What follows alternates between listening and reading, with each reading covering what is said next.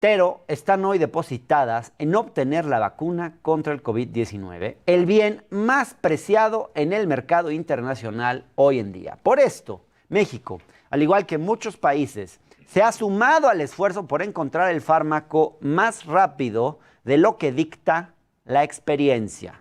Para conocer cómo está el panorama de las vacunas en este momento, les dejamos esta cápsula que preparó Pedro Bejarano. Existen hoy más de 160 proyectos en todo el mundo para desarrollar una vacuna contra el coronavirus, con la esperanza de llevar al menos una al mercado en el tiempo récord, para aliviar la crisis mundial por la que estamos pasando. El proceso para la aprobación de una vacuna pasa por varias etapas. En la fase 1, la vacuna se le da a un grupo muy reducido de personas para saber si es segura. En la fase 2, la vacuna es repartida a cientos de personas voluntarias, para que los científicos puedan verificar que es segura. Para la tercera fase, el grupo de personas se amplía hasta miles para confirmar su seguridad, los posibles efectos colaterales y su efectividad. Después de que un ensayo de fase 3 resulta exitoso, el creador de la vacuna envía una solicitud de autorización oficial para productos biológicos. Actualmente, los proyectos en la delantera son los de las empresas Moderna, de Estados Unidos, que el 27 de julio anunció que estaba en la fase 3 con las pruebas a 30,000 personas, el de la estadounidense Pfizer y la empresa alemana Biotech, que anunciaron que a finales de julio que se encontraban terminando la fase 2, la Universidad de Oxford, en colaboración con AstraZeneca, que anunció estar en la fase 3 con 50,000 voluntarios en Brasil y Sudáfrica, así como en las empresas chinas Sinovac y Sinopharm, que anunciaron estar a mitad de la fase 3 durante la primera quincena de julio.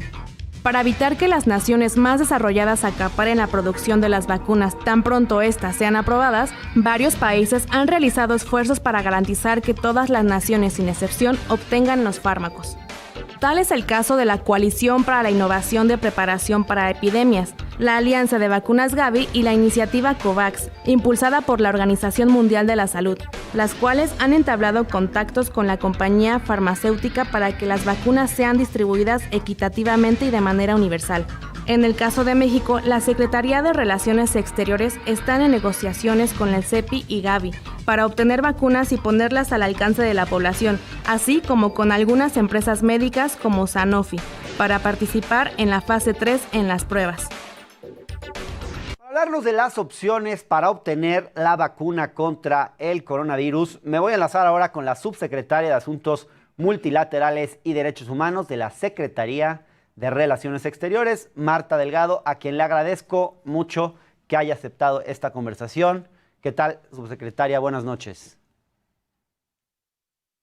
Gusto de saludarte a ti y a tu auditorio. ¿Cómo estás? Gracias, subsecretaria. Imagino que el tema de la vacuna y la posibilidad de obtenerla de forma oportuna tiene varias aristas y es una cuestión sumamente compleja. Estamos hablando de que hoy probablemente la vacuna contra el COVID es uno de los bienes más codiciados en el mercado internacional. ¿Podrías explicarnos un poco cómo funciona ese mercado para que lo podamos entender? Pues mira, Hernán, la vacuna es como cualquier otro producto o medicamento. La desarrollan laboratorios con apoyo a veces de universidades y ciertamente es un producto que se está buscando desesperadamente por la situación que tenemos de la pandemia mundial. Sin embargo, hay varios esfuerzos de índole multilateral en donde diversas organizaciones están buscando tener, por un lado, investigaciones avanzadas con coaliciones diferentes de empresas con academia y sector privado y investigadores, para que los países que tenemos renta media o rentas bajas, somos países en vías de desarrollo, podamos tener planes de compra en conjunto, como una compra consolidada de tracks de vacunas. Creo que hoy nuestra estrategia para acercarnos a la posibilidad de tener una vacuna muy pronto es muy diversa, la de México. El canciller Marcelo Ebrard, por instrucciones del presidente, ha hecho una búsqueda internacional muy minuciosa de cuáles son todas las opciones, Hernán, y hemos encontrado como 3 diferentes tipos de estrategias en las que estamos trabajando. La primera es tener un activismo fuerte a nivel multilateral. En la Organización Mundial de la Salud se hizo toda una convocatoria a través de unas instituciones que se llama la Coalición Mundial por la Alianza Mundial de las Vacunas o la Coalición Internacional para la Preparación e Innovación contra las Epidemias.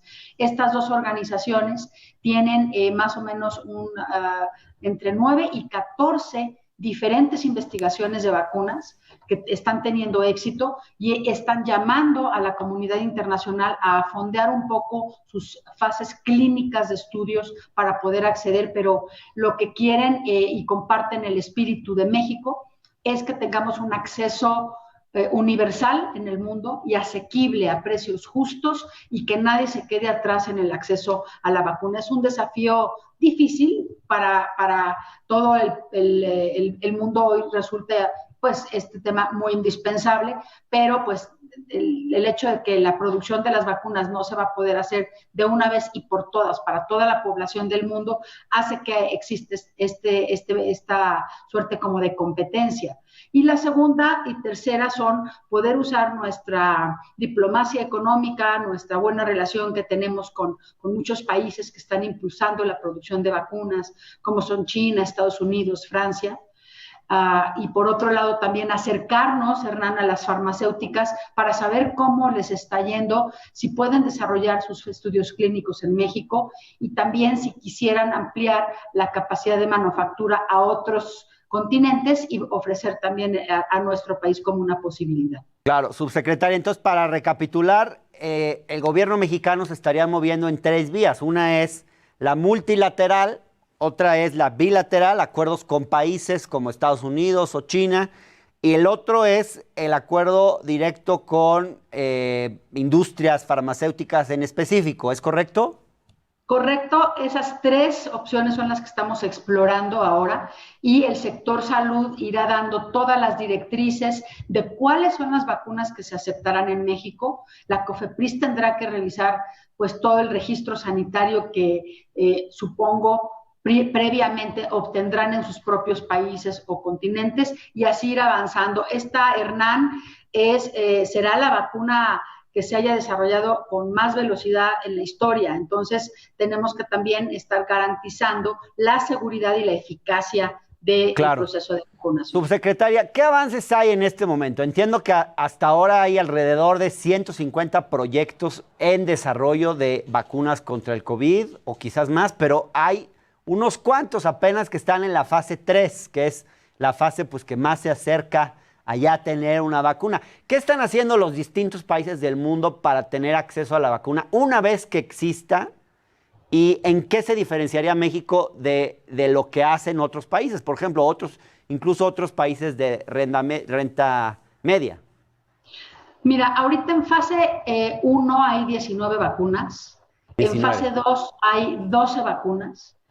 En fase 3, que ya están probándose en humanos, y la eficacia de las vacunas, cuánto dura el proceso pues, de inmunidad, de inmunización de las personas. Hay 6 vacunas y solamente una vacuna que se llama CanSino, que es una vacuna de China que se ha puesto a todo el cuerpo militar, se ha aprobado y está aprobada para la aplicación en humanos. ¿Van a aprobar vacunas en la población mexicana? ¿Está contemplado eso? Sí está contemplado. Nosotros, a diferencia de otros países, ¿qué tenemos? O sea, como una buena ofrecimiento, ¿no? Para los laboratorios que están desarrollando vacunas. Lo he platicado ya con el secretario, obviamente, Ebrard, que está encabezando esta búsqueda internacional, pero también lo he platicado con el secretario de Salud, Jorge Alcocer.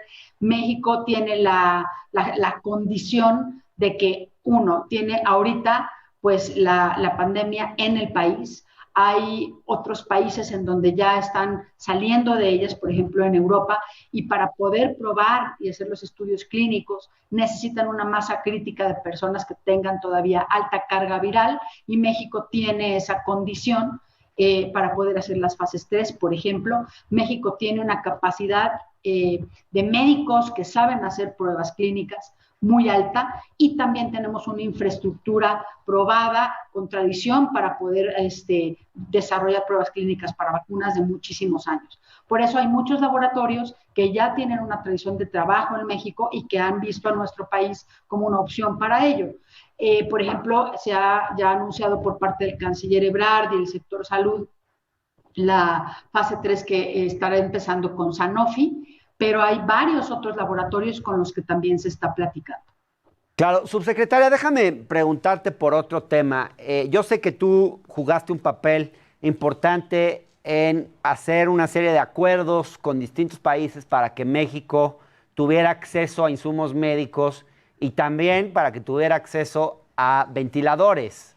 En un momento muy delicado para todo el mundo, porque todos los países estaban buscando acaparar insumos médicos. Incluso había, por ejemplo, pasó el caso de que un avión que se detuvo en Francia fue incautado todo lo que traía o expropiado, no sé cuál es el término ahí, pero era un momento sin duda muy complicado y me gustaría que nos expliques un poco cómo es que se logró garantizar todos estos bienes tan importantes para el país. ¿Cómo se logró esto? Pues mira, también en esa situación el canciller Ebrard recibió el mandato de hacer una búsqueda fuera de todos los insumos, equipos de protección personal y equipos de ventilación mecánica invasiva. ¿Por qué? Porque en el momento en el que estábamos, primero, la capacidad de producción de México no alcanzaba para la demanda del sector salud. Segundo, había también pues cierto rompimiento de las cadenas de valor de producción que impedían a ciertos fabricantes poder suministrar todo eso. Me refiero a los fabricantes nacionales. Entonces salimos un poco a la búsqueda internacional. Nos tocó ir viendo cómo los mercados europeos, de Estados Unidos, se cerraron porque ellos estaban en el pico de su pandemia en ese momento. Estoy hablando de marzo, abril. Y entonces lo que ocurre es que pues ellos deciden, estos países, no exportar, ¿no? Quedarse con sus insumos para el abastecimiento de su propio sector salud. Fue muy complicado. México tiene una relación diplomática con la República Popular China muy buena, de muchísimos años de trabajo y colaboración conjunta, de cooperación internacional, de inversión extranjera importante, que queremos además acrecentar. Y entonces tuvimos muy buena aproximación con el gobierno de China y por eso pudimos hacer el famoso puente aéreo en donde directamente los aviones fueran cargados en Shanghái, en su aeropuerto, y traer las cosas que el sector salud iba comprando. China es uno de los principales productores mundiales de este tipo de equipo. Dieron una serie de catálogos que los evalúa el sector salud en su calidad, en sus especificaciones técnicas, y fue esa la manera como pudimos acceder a ese mercado y a la velocidad para traer los insumos a México. Eso no quitó, Hernán, que bueno, no fuimos el único país, ¿no? Y entonces había una demanda altísima de estos recursos, de estos equipos y de estos ventiladores, y bueno, la relación diplomática nos sirvió muchísimo para que a México se le fuera privilegiando en la dotación con las fábricas que estaban también muy, muy saturadas allá en China. Y en el caso de los ventiladores en concreto, subsecretaria, ¿qué tipo de complicaciones ha representado para México? Porque me imagino que hay una serie de requisitos, estándares que deben cumplir. La Secretaría de Salud establece también una serie de especificaciones. ¿Cómo han logrado lidiar con esto? Pues mira, lo primero es decir que México tenía también iniciativas de desarrollo de ventiladores previas. Se fueron como que encontrando poco a poco y yo la verdad aspiro y esperamos, el canciller Ebrard ha apoyado muchísimo para que las iniciativas de producción nacional de ventiladores, como por ejemplo ya salió el de CONACYT, hay uno del Instituto Nacional de Nutrición, pero también hay 2 o 3 empresas privadas que estaban desarrollando tecnológicamente ventiladores, quizás no específicamente para el tratamiento del COVID, pero sí para terapia intensiva y para intubación. Entonces, algunos de ellos cambiaron sus tecnologías para poder salir rápidamente al mercado y están, bueno, en ese proceso. Esos son procesos muy largos de autorización y por eso, para poder dotar al país y triplicar su capacidad ventilatoria, pues se tuvo que recurrir a la importación. Pero la importación es muy compleja. En primer lugar, porque los requisitos que el sector salud establece para la compra de un ventilador en México son muchos. Tienen muchísimas especificaciones técnicas, más de 150 cosas que tiene que cumplir un ventilador para poder ser adquirido por el sector salud, y por supuesto tienen que tener un estudio de mercado y tienen que tener un precio adecuado y tiene que tener un seguro, una capacitación, una posibilidad de instalación adecuada. Entonces, todos esos contratos son complejos de negociar y mucho más, Hernán, en un momento en el que tienes que saber que había subastas, tenía que haber pago del 100% de los ventiladores por adelantado, se encarecieron, había escasez, había poca información en relación a pues, el funcionamiento de estos aparatos en esta realidad actual del COVID. Y con la asesoría de China, con la contribución del sector salud, que iban autorizando los modelos a los que se podía acceder, pues fuimos saliendo adelante con estas negociaciones que ciertamente fueron complejas. Pues qué complicado, subsecretaria Marta Delgado, subsecretaria de Asuntos Multilaterales, te agradezco mucho por esta conversación. Muy buenas noches. Buenas noches, Hernán, gracias a ti. Gracias. Por nuestra parte es todo.